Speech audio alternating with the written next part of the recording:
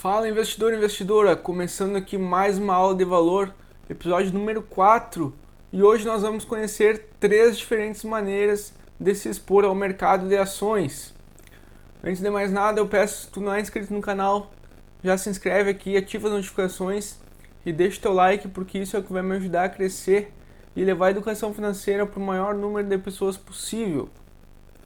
Vamos à aula então. Então a gente vai ver hoje aqui que é possível se expor ao mercado de ações de 3 diferentes maneiras. Investindo diretamente através das ações, investindo também através de fundos de ações, fundos de investimentos em ações e os fundos de índices, que são aí os famosos ETFs. Então cada uma dessas formas possui pontos positivos e pontos negativos, que eu elenquei aqui de acordo com as minhas premissas. E não existe aqui resposta correta, ou seja, não existe uma forma correta de investir. Tu pode escolher uma das 3 formas ou fazer um misto de todas elas.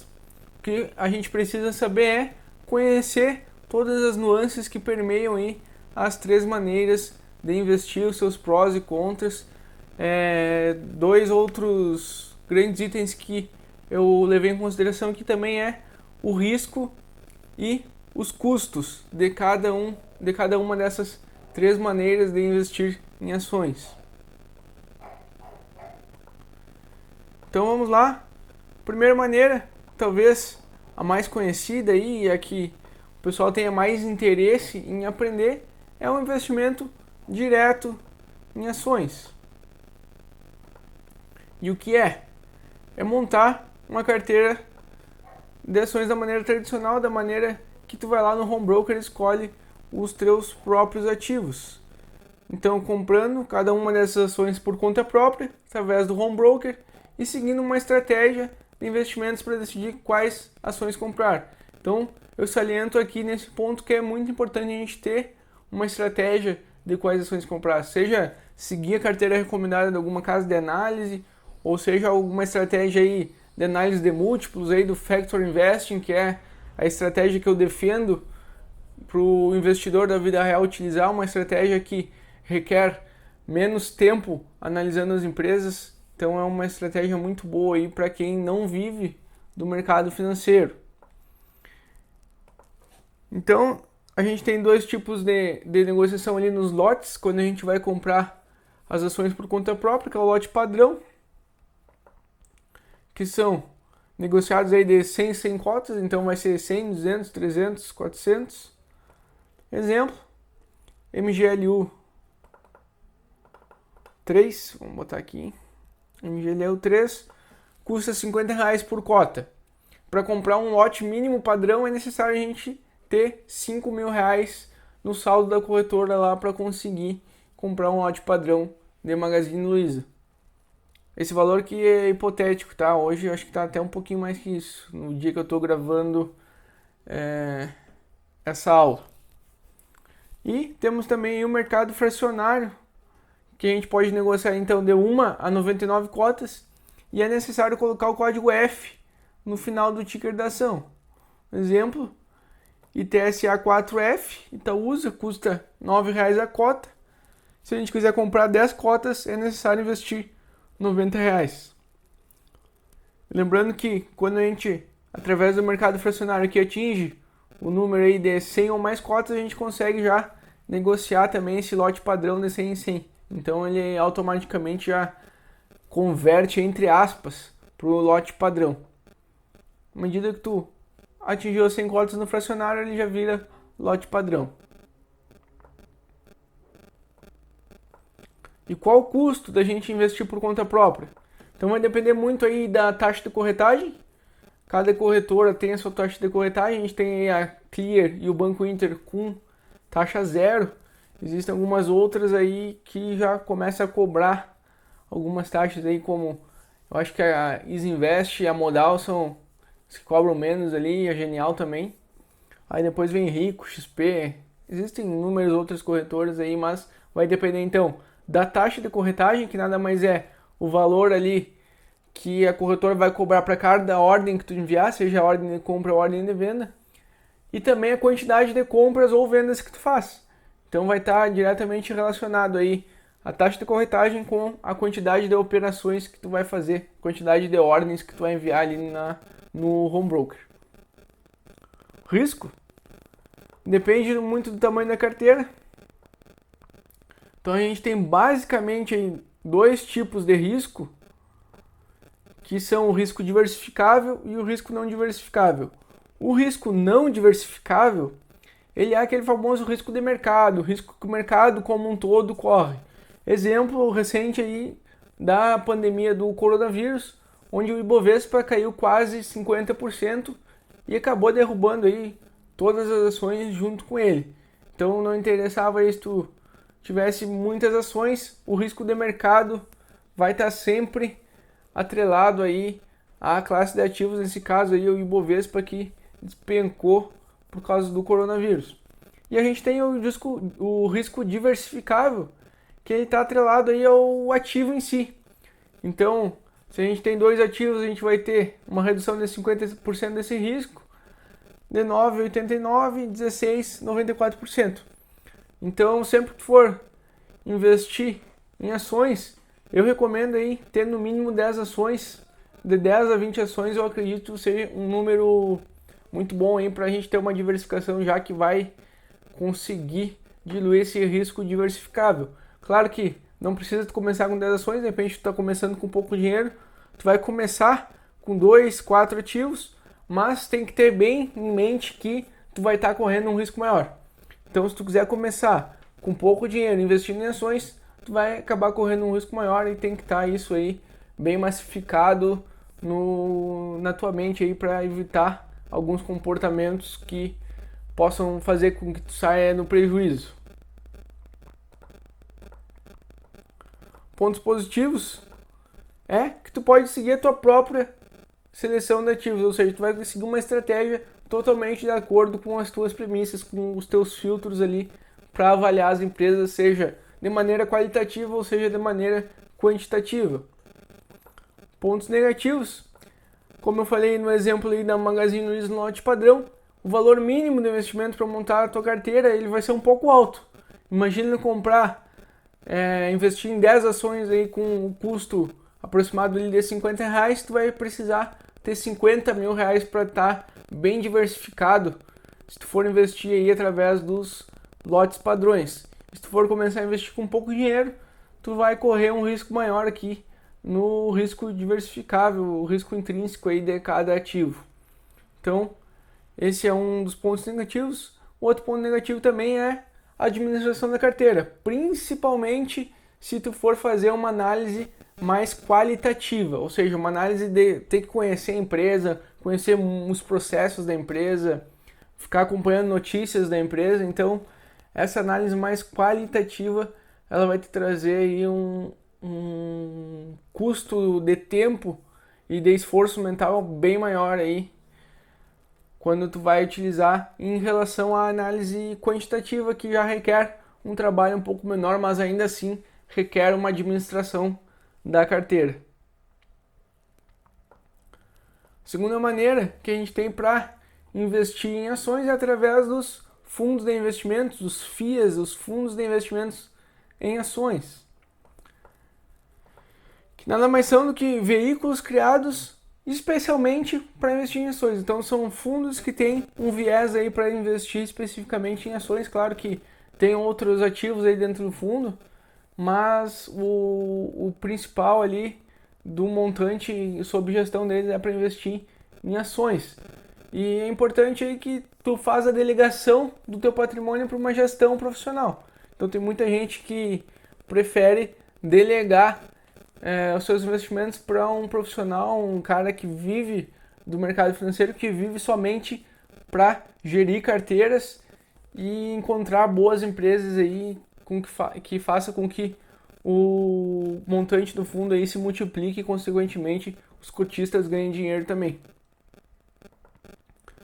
Aqui trouxe uma ressalva aqui, o valor mínimo de investimento em cada fundo, depende muito do fundo, mas pelo menos R$1.000. Então vai ter fundos aí que vai ser 1.000, 5.000, 10.000, 25.000, 50.000, 100.000. Então tem uma série de investimentos mínimos aí para te conseguir virar cotista de um fundo. Esses fundos geralmente estão nas corretoras, nem toda corretora tem o mesmo fundo, então para quem quer investir em fundos através dos fundos de investimento, eu recomendo até tu abrir conta em mais de uma corretora, porque os fundos aí às vezes tem uma e às vezes não tem outra. É legal tu ter esse acompanhamento. Qual o custo? É o famoso aí taxa de administração e taxa de performance, o 2/20. Ou seja, 2% ao ano de taxa de administração e 20% sobre o retorno acidente do Bovespa. Esse aí é o custo padrão dos principais fundos de investimento em ações. Parece que é uma espécie de um cartel aí, que eles definiram esse preço aí, esse custo, e é isso que o mercado acabou aderindo e acabou virando quase que um padrão dos fundos de ações. O risco depende muito do tamanho da carteira montada, depende muito da estratégia do gestor. Então, como que a gente pode descobrir isso? A carteira ela é publicamente disponibilizada. Então, eu vou mostrar para vocês que como que tu pode acessar a carteira, lâminas, informações ainda do fundo. E também tu pode entrar em contato direto com o gestor, porque é interesse do gestor que tu coloque teu dinheiro lá para ele conseguir administrar e ele ganhar com o serviço. Então, como que eu fiz para descobrir a carteira dos fundos de investimento? Eu fui no Google e digitei assim, ó, uma dica aqui. Acho que 99,99% de qualquer coisa que a gente queira saber está no Google. Então é só a gente procurar com calma. Eu digitei aqui, composição, carteira, fundo de investimento. Já abriu direto aqui primeiro item do Google, fundo de investimento CVM. Então CVM, Comissão de Valores Imobiliários, ó, Gov, um site governamental, então é um site padrão aí da CVM. Abriu aqui, Comissão de Valores Imobiliários, Brasil, Covid, fundos de investimento. Fundos de investimento registrados e fundos de investimento cancelados. Então a gente vai ver aqui nos fundos de investimento registrados. Consulta consolidada de fundo. Então aqui ele vai pedir para digitar ou uma parte do nome do fundo, ou se tu souber o CNPJ do fundo. Eu digitei aqui Alaska, que é um dos fundos mais conhecidos aí, do Henrique Breda. Então eu digitei aqui Alaska e fui para cá. Na verdade eu pulei uma etapa que eu vou fazer com vocês aqui. Vamos digitar esse número aqui. Continuar. Não deu certo, vamos digitar de novo.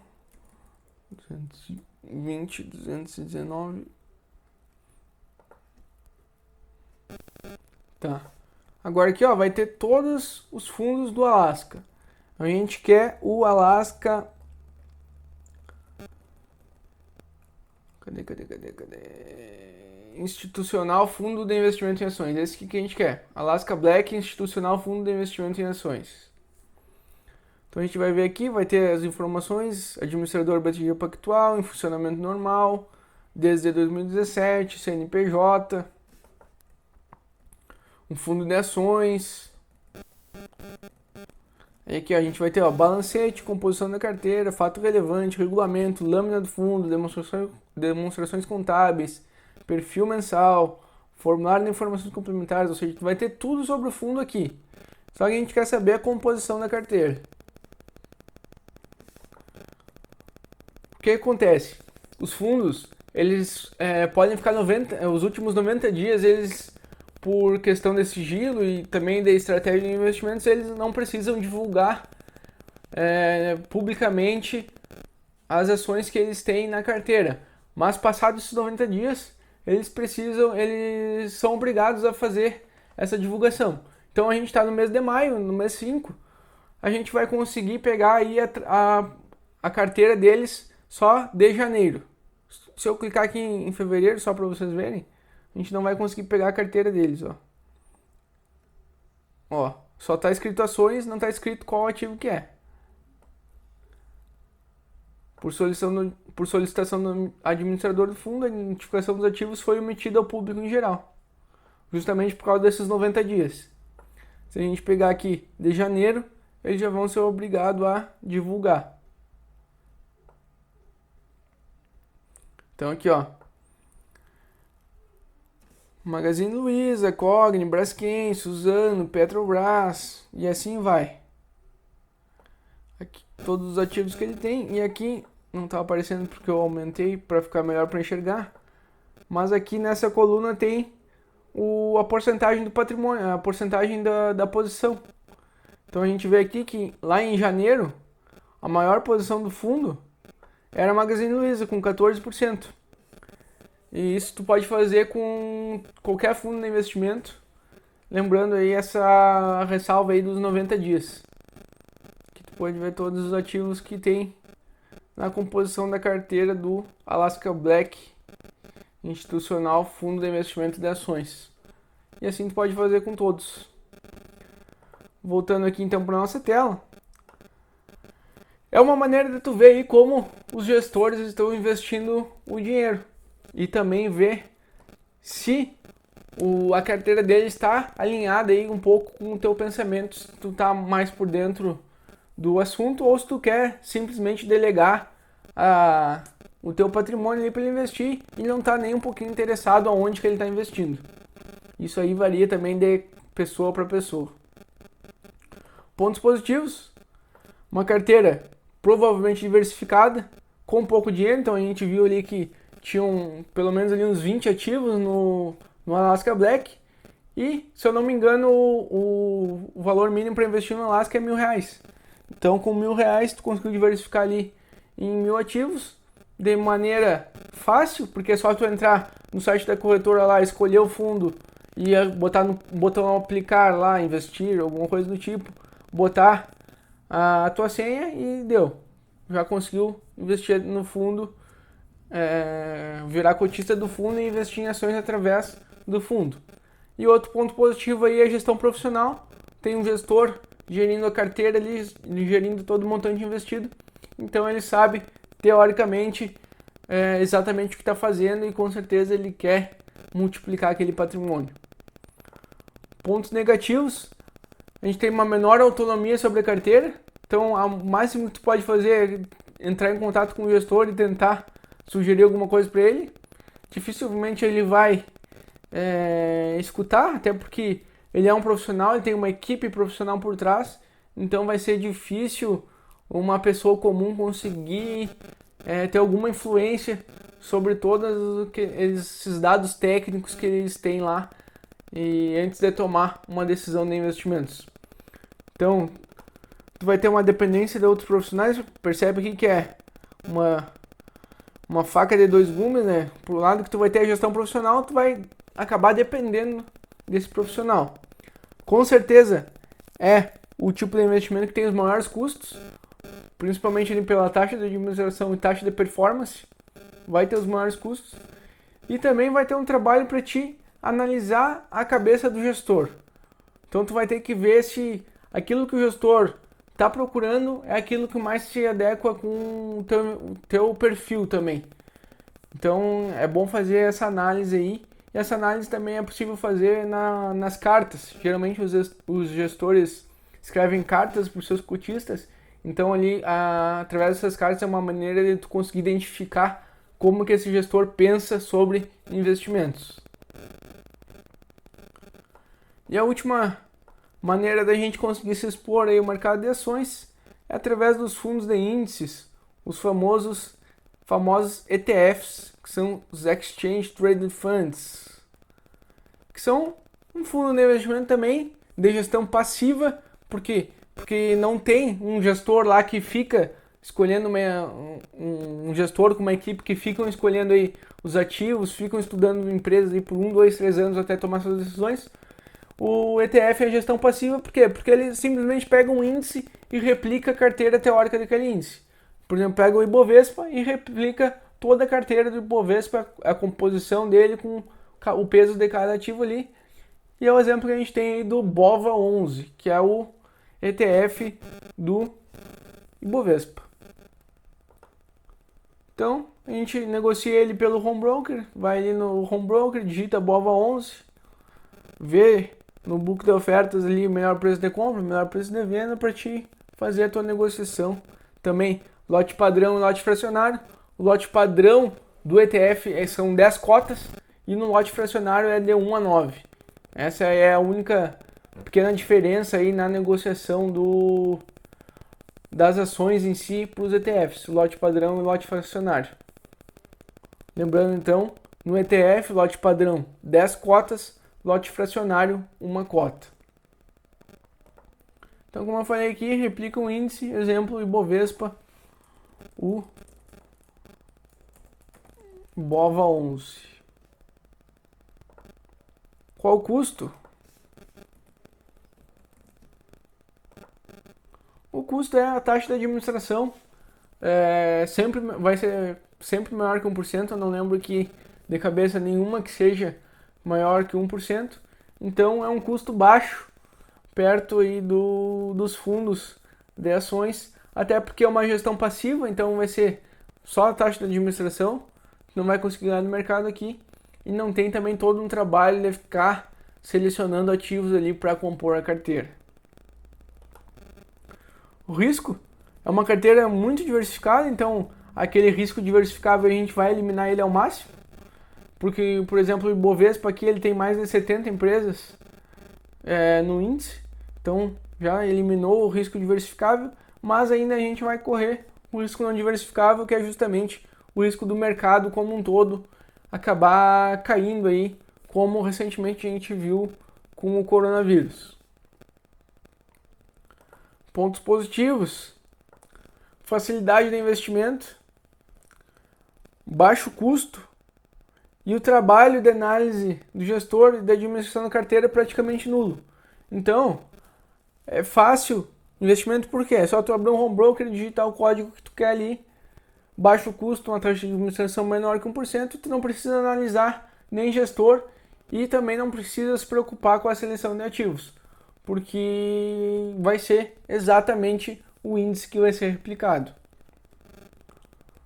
Ponto negativo: autonomia sobre a carteira nula, então tu não tem capacidade nenhuma de selecionar os ativos, e também a impossibilidade de ter o resultado superior aos índices, porque, mais uma vez, os ETFs eles replicam os índices, então eles vão ter o desempenho igual ao índice, diferente aí de quem investe por seleção de ações por conta própria e por fundos de investimentos, onde o objetivo que a gente tem fazendo isso é justamente bater o índice. Mas quero ressaltar aqui que não é uma tarefa tão simples, principalmente para quem não tem uma estratégia bem definida. Então, se tu está começando, o que eu recomendo? Investe através de ETFs, monta uma carteira com ETFs, até tu ter um capital suficiente ali para conseguir diversificar direto em ações, para te conseguir eliminar o risco diversificável através da seleção direta em ações, que a gente viu que precisa ter um montante um pouquinho maior ali para conseguir diversificar de maneira eficiente em mais ações. Os fundos de investimentos não são um veículo que eu gosto muito, mas, como eu falei, varia de pessoa para pessoa. Eu, Bruno, prefiro os ETFs e o investimento direto em ações. Não gosto muito dos fundos justamente por esse 2/20 aqui, mas entendo sim que existem bons fundos que entregam bons retornos, e se tu é uma pessoa que não está preocupada em selecionar ativos, entende que existe esse custo e está disposta a pagar esse custo para um profissional gerir os seus investimentos, então o fundo de investimentos torna-se aí um bom ativo sim para compor uma carteira. Concluindo, 3 formas distintas com pontos positivos e pontos negativos. Então, como eu falei lá no começo da aula, a gente precisa entender como funcionam essas maneiras, mesmo que a gente não utilize elas, porque pode ser que tenha momentos da nossa vida que a gente vai querer mudar de uma para outra ou querer utilizar mais de uma. Então, a gente precisa entender como que as 3 minimamente funcionam. A decisão vai depender de cada um. Quem não deseja se dedicar minimamente à gestão da carteira deve escolher fundos ou ETFs. Quem possui pouco dinheiro para investir pode começar com ETFs e é a minha sugestão. Investidores com capitais maiores podem montar diversificadas carteiras por conta própria, ou ainda fazer um misto das três. Então tu pode ter um pouco de cada uma dessas maneiras, isso é totalmente possível. É muito comum ter uma parte em ETFs e uma parte em seleção de ativos por conta própria, e também nada impede de ter uma parte ali em fundos de investimentos em ações. O importante é controlar os custos, controlar os riscos, diversificar e sempre quem está trabalhando aí com os investimentos na renda variável ter uma visão de longo prazo. Se tu quiser construir patrimônio aí ao longo do tempo e focar também sempre nos aportes. Então essas são as principais variáveis que a gente tem que ver aqui e entender como que cada uma dessas três maneiras funciona para a gente conseguir definir aí na nossa estratégia de investimentos quais as que a gente vai usar ou não. Com isso a gente vai finalizando a nossa aula número 4, as três maneiras de investir em ações. Se tu gostou desse conteúdo, se fez sentido para ti, eu peço para te deixar o teu like, compartilha com alguém que tu acha que pode se beneficiar com esse conteúdo, que isso vai me ajudar a crescer e levar a educação financeira, ajudar mais pessoas a investir de maneira inteligente. Eu vejo você na próxima aula, um forte abraço!